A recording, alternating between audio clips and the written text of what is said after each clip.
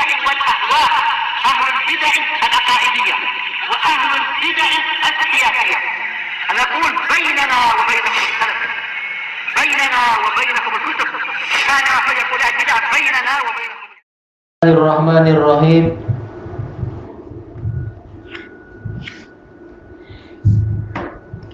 Qala al-Imam an-Nawawi rahimahullahu ta'ala al-haditsus tsani wal arba'un ba'da sittimi'ah 642 untuk tahqiq Syekh Abu Amr. Wa an Abi Hurairah radhiyallahu anna Rasulullah sallallahu alaihi wasallam qala, dari Abi Hurairah radhiyallahu bahwasanya Rasulullah sallallahu alaihi wasallam bersabda, "Mana qasat shadaqatun min mal." Sedekah itu tidak mengurangi harta. Wa ma zadallahu 'abdan bi afwin illa izza. Dan Allah tidak menambahi seorang hamba dengan pemaafan, dengan baknya adalah apa? Bak salafiyah, dengan sebab pemaafan kecuali kemuliaan. Wa ma tawadha'a ahadun lillahi illa rafa'ahu Allah. Dan tidaklah seseorang itu bersikap tawadhu karena Allah kecuali Allah akan mengangkat dirinya. Rawahu Muslim. Baik. Dijelaskan oleh Al-Imam Al-Qadhi Abdul Walid Al-Baji rahimahullah di dalam kitab beliau Syarah Muwatta Imam Malik, karena beliau memang dari kalangan ulama Malikiyah, tentang mana qasat shadaqatun min mal, sedekah itu tidak mengurangi harta. Kenapa? Karena Allah Ta'ala akan menggantinya dengan pahala yang bagus di akhirat. Ditambah lagi dengan Allah Ta'ala akan mengembangkan harta dia tadi di dunia ini. Baik. Dan ini seperti yang Allah Ta'ala janjikan di dalam Al-Quran. Allah Ta'ala berfirman kepada Rasulnya sallallahu alaihi wasallam, "Khudh min amwalihim shadaqatan tutahhiruhum wa tuzakkihim biha."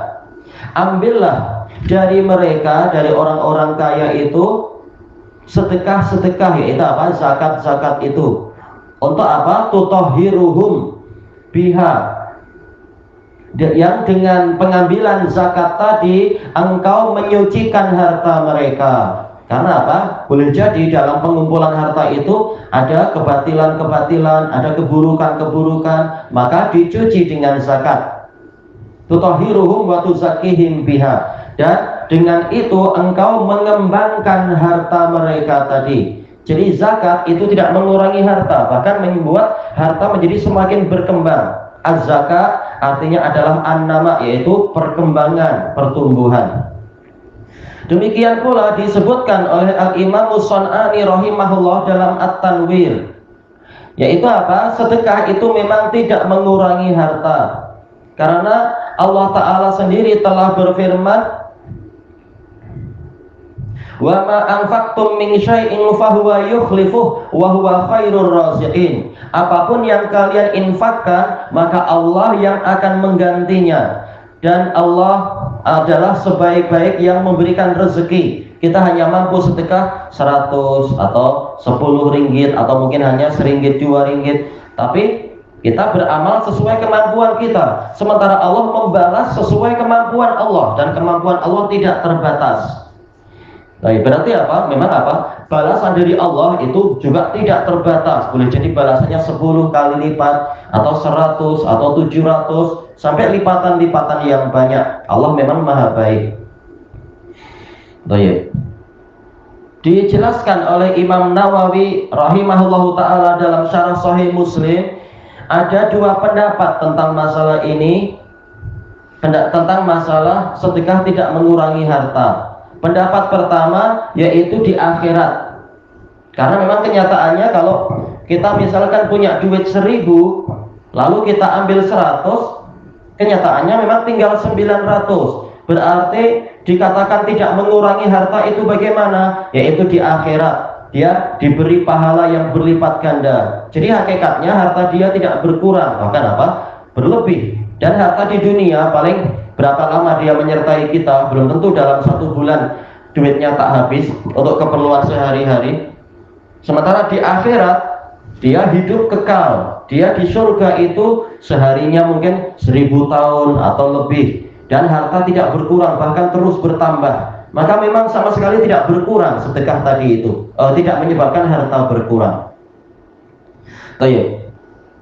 Pendapat kedua mengatakan yang dimaksudkan di sini adalah keberkahannya. Memang nampak duit kita berkurang, namun Allah mengganti dengan keberkahan. Mungkin apa? Tahu-tahu dia dapat rezeki lagi, dapat duit lagi dari jalan-jalan yang tidak disangka. Tahu-tahu juga apa? Dia punya kesehatan. Orang lain walaupun kaya, tapi setiap bulan mungkin harus ke dokter untuk check up, untuk ronsen, untuk apa aja itu, keluar duit banyak untuk kesehatan. Sementara kita walaupun fakir, tapi kita sedekah, ternyata Allah jaga kesehatan kita, tak perlu keluar duit untuk pergi ke dokter. Belum tentu dalam 2-3 bulan kita pergi ke dokter. Ini keuntungan yang sangat besar. Jimat duit banyak sekali itu.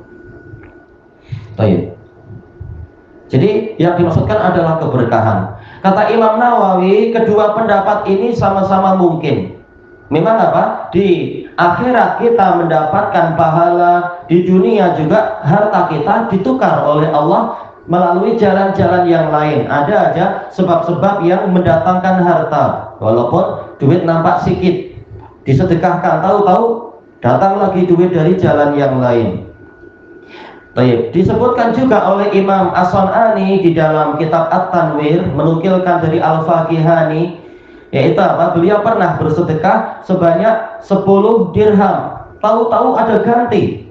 Betul-betul Allah Ta'ala membuktikan apa yang dia janjikan dan dijanjikan oleh Rasulnya, ada ganti. Baik. Dan juga disebutkan oleh Syekhuna Abdul Raqib Al-Ibbi hafizahullah Ta'ala wa syafah di dalam kitab beliau Karamatul Auliya. Alhamdulillah, anak ada kitabnya. Dengan sanad, kalau tak salah beliau mensahihkan, kalau tidak menghasankan. Ada salah seorang ulama tabi'in kalau tak salah, dia digaji oleh pemerintah, dapat Anda lupa berapa puluh dinar setiap bulan. Kemudian apa? Begitu mendapatkan gajian, tunjangan atau alwan barangkali atau apa dari pemerintah, sepanjang perjalanan beliau bagi-bagi ke orang fakir. Orang fakir suka, wah dapat langsung apa 1 dinar. Beliau tak kisah, beliau memang orangnya sangat dermawan dan sangat baik hati, sudah kaya jiwa, beliau tak takut miskin, walaupun sedekahnya tak jalan-jalan gitu ya, dengan duit emas. Begitu sampai ke rumah, beliau masuk ke bilik, tahu-tahu di atas bilik sudah ada duit sebanyak itu lagi, sebanyak yang beliau sedekahkan. Lalu beliau sering mengalami yang seperti itu. Kemudian beliau bercerita kepada kerabat-kerabatnya, kalian jangan takut miskin, sesungguhnya Allah akan mengganti sedekah-sedekah kalian yang kalian sedekahkan kepada orang lain.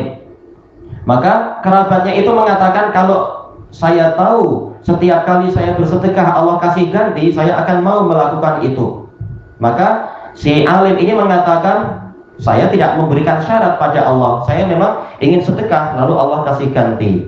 Nah itu baru apa? Orang yang ikhlas dan yakin dengan kebenaran janji Allah. Sementara kerabat dia tadi tak yakin, dia ingin dapat bukti dari Allah lebih dulu baru dia mau sedekah. Nah, Allah tak mau dicabar. Allah yang berhak menguji, hamba tidak berhak menguji Allah Ta'ala. Baik. Kemudian yang kedua di sini, wa ma zadallahu abdan bi'afwin illa izzah. Dan tidaklah Allah menambahi seorang hamba dengan sebab pemaafan kecuali kemuliaan.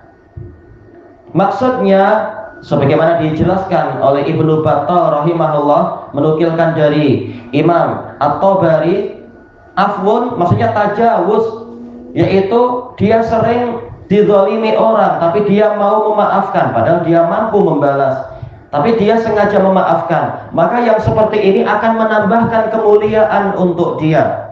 Maksudnya bagaimana? Yaitu kemuliaan di sisi Allah Ta'ala dan juga kemuliaan di sisi umat manusia. Dan dia akan mendapatkan pertolongan, ditolong ketika dia memerlukan bantuan oleh Allah Ta'ala, memerlukan bantuan dari Allah Ta'ala untuk menghadapi orang jahat. Tahu-tahu ada aja bantuan, tahu-tahu musuhnya kalah dan seterusnya. Dan disebutkan oleh Imam An-Nawawi rahimahullahu ta'ala dalam syarah Sahih Muslim, ini juga memang ada dua pendapat. Kemuliaannya itu bagaimana? Pendapat pertama mengatakan yaitu kemuliaan di akhirat. Dia di akhirat semakin dimuliakan oleh Allah Ta'ala. Walaupun di dunia nampaknya apa? Kalau dia selalu kena bully, selalu disakiti, selalu dizalimi, dia jadi terhina. Tapi di akhirat dia dimuliakan oleh Allah. Pendapat kedua mengatakan di dunia pun dia mulia. Allah selalu mendatangkan pertolongan. Allah akan selalu memberikan kemuliaan, meletakkan kemuliaan dia di hati-hati para hamba. Walaupun nampaknya secara perasaan, ini kalau saya memaafkan terus, saya tidak membalas, ini saya terhina lah. Ini perasaan kita, tapi sebenarnya di hati para hamba, kalau kita ikhlas kepada untuk Allah Ta'ala, kita akan semakin mulia. Setiap kali disakiti, kita memberikan maaf. Makanya Allah Ta'ala memberikan pilihan, boleh membalas dengan setimbang, boleh kita memaafkan, dan pahala kita dijamin oleh Allah Ta'ala, dan Allah akan membalaskan untuk kita. Kemudian apa? Menyebutkan beberapa dalil terkait dengan masalah itu, tapi bukan Imam Nawawi kalau yang menyebutkan dalil tentang masalah ini. Kalau tidak salah adalah apa? Yaitu Imam At-Tabari, sebagaimana yang dinukilkan oleh Ibnu Battal. Maksudnya izan di sini diantaranya adalah pertolongan dari Allah untuk membalas orang itu, walaupun orang ini sendiri tidak mau membalas, tapi orang yang mendolimi dia tahu-tahu dibalas oleh Allah Ta'ala. Kemudian mendatangkan dalil apa? Summa bughiya alaihi la yansurannahullah, dalam surat Al-Hajj itu. Lalu dia dizalimi, padahal dia sudah apa? Sudah memaafkan, maka pasti Allah akan menolong dia. Kemudian, dan kata Imam Nawawi, kedua pendapat ini sama-sama betul. Di akhirat dia dimuliakan, di dunia dia juga dimuliakan. Kemudian yang ketiga, dan ini yang menjadi sisi pembahasan dalam bab ini, wa ma tawadha'a ahadun lillahi illa rafa'ahullah. Dan tidaklah seseorang itu tawadhu untuk Allah kecuali Allah mengangkat dia. Jadi tawadhunya harus untuk Allah, harus ikhlas, bukan karena mencari pujian makhluk. Kalau cari pujian makhluk sama aja amalannya akan gugur, akan dihinakan oleh Allah. Tapi memang ikhlas, menghinakan diri untuk Allah Ta'ala, tidak menyombongkan diri di hadapan para makhluk. Jelas apa? Ayat-ayat yang telah kita lewati yang disebutkan oleh Imam Nawawi menunjukkan apa? Wahfid janahaka lil mu'minin, rendahkan sayap keangkuhanmu di hadapan orang-orang mukmin. Wahfid janahaka limanittaba'aka minal mu'minin, rendahkan sayap kehinaanmu, sayap keangkuhanmu itu kepada orang-orang mukmin yang mengikutimu, dan seterusnya, ayat-ayat yang banyak. Jadi kita memang tawadhu di hadapan orang-orang, tapi niatnya adalah lillahi ta'ala, bukan karena mencari pujian orang. Maka yang seperti ini akan diangkat oleh Allah Ta'ala. Kata Imam Nawawi, ini juga ada dua pendapat. Pendapat pertama mengatakan yaitu ditinggikan di akhirat. Di dunia orang merendah mungkin diinjak oleh orang lain, tapi maksudnya adalah di akhirat akan ditinggikan oleh Allah Ta'ala derajatnya itu. Pendapat kedua mengatakan bahkan di dunia dia juga akan ditinggikan, dan itu nampak kenyataannya betapa banyak orang-orang yang sikapnya tawadhu, sikapnya baik, tidak sombong, justru dia nilainya sangat tinggi di dalam hati kita. Dan kata Imam Nawawi, kedua pendapat ini sama-sama benar. Di akhirat diangkat derajatnya, di dunia juga diangkat derajatnya. Dan memang ini adalah sesuai dengan konsekuensi, sesuai dengan kandungan tujuan penciptaan manusia. Apa tujuan kita diciptakan? Yaitu untuk beribadah kepada Allah, yang mana Allah Subhanahu wa ta'ala telah berfirman, wa ma khalaqatul jinna wal insa illa liya'budun. Tidaklah aku ciptakan jin dan manusia kecuali agar mereka menyembahku. Ibadah Al-ubudiyah ini mengandungi makna at-tazallul ma'al mahabbah, yaitu menghinakan diri disertai dengan rasa cinta. Jadi semakin menghinakan diri, semakin dia itu sesuai dengan tujuan penciptaan. Kalau sesuai dengan tujuan penciptaan, dia akan dinaikkan derajatnya. Karena apa? Semakin rajin ibadah, semakin dekat kepada Allah Ta'ala. Sementara Allah Ta'ala adalah di ketinggian, maka hamba ini juga akan semakin tinggi. Sebagaimana firman Allah Ta'ala dalam hadis qudsi itu, wa ma yataqarrabu ilayya abdi bi syai'in ahabbu ilayya mimma aftaratuhu alaih. Tidaklah hambaku mendekatkan diri kepadaku dengan suatu amalan yang lebih aku cintai daripada ibadah yang aku wajibkan. Jadi ibadah itu semakin mendatangkan kedekatan. Berarti apa? Kita akan semakin ditinggikan oleh Allah Ta'ala. Nanti dulu lah, suaranya bising nanti.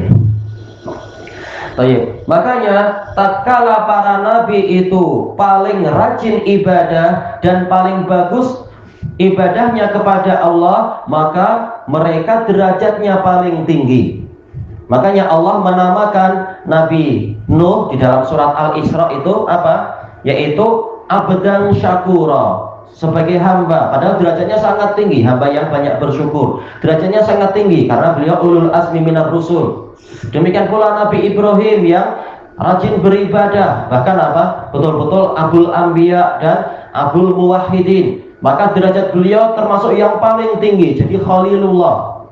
Dan Nabi Muhammad SAW yang paling bagus ibadahnya, maka beliau termasuk Rasul, beliau termasuk dari ulul azmi yang tertinggi bahkan, dan juga apa? Khalilullah yang tertinggi. Makanya ketika Allah meletakkan sebagian nabi di posisi-posisi yang tinggi di langit, ternyata Allah Ta'ala menjadikan Nabi Muhammad jauh lebih tinggi daripada Nabi Ibrahim. Naik ke langit ketujuh, bahkan lebih ke atas dan ke atas lagi. Ini menunjukkan semakin tawaduk kepada Allah akan semakin ditinggikan oleh Allah Ta'ala. Makanya di dalam hadis yang sahih, ketika Rasulullah SAW makan bersama orang-orang, juga bersama orang Badui, beliau duduk seperti duduknya seorang hamba. Lalu orang Badui mengatakan, ishadihil jilsah, cara duduk macam apa ini? Maka beliau mengatakan, innallaha ja'alani abdan kariman walam yaj'alni kalau nggak salah apa? Anidan, jabbaron anidan. Sesungguhnya Allah menjadikan saya ini sebagai hamba yang mulia. Maka beliau suka untuk memposisikan diri sebagai orang yang tawadhu, sebagai seorang hamba Allah Ta'ala, dan tidak menjadikan saya sebagai orang yang angkuh dan suka membangkang. Dan beliau kalau sholatnya lama sekali, ibadahnya, sujudnya lama. Sementara kita tahu Rasulullah bersabda, aqrabu ma yakunul abdu min rabbihi wa huwa sajid. Keadaan hamba yang paling dekat dengan Rabb-nya adalah ketika dia sujud. Jadi semakin merendah, bahkan menempelkan keningnya ke tanah, justru malah semakin dekat dengan Allah. Allah bukan di tanah, bukan di bumi, Allah di langit. Yaitu derajatnya semakin naik. Ini menunjukkan bahwasanya semakin seseorang itu tawadhu kepada Allah, dan di antara bentuk tawadhu adalah rajin sholat, rajin sujud, maka semakin derajatnya itu ditinggikan. Makanya Rasulullah bersabda kepada Rabi'ah ibnu Ka'ab al-Aslami, fa'inni ala nafsika bikasratis sujud. Demikian pula di dalam hadis dalam hadis siapa itu? Sauban maula Rasulullah sallallahu alaihi wasallam, yaitu wala yasjudu sajdatan illa rufi'a lahu darajah. Tidaklah seseorang itu sujud satu kali kecuali akan dinaikkan untuk dia satu derajat. Semakin banyak sujud, semakin ditambah derajat dia. Inilah ketawaduan, inilah keutamaan dari ketawaduan. Tayyib ilahuna wallahu a'lam.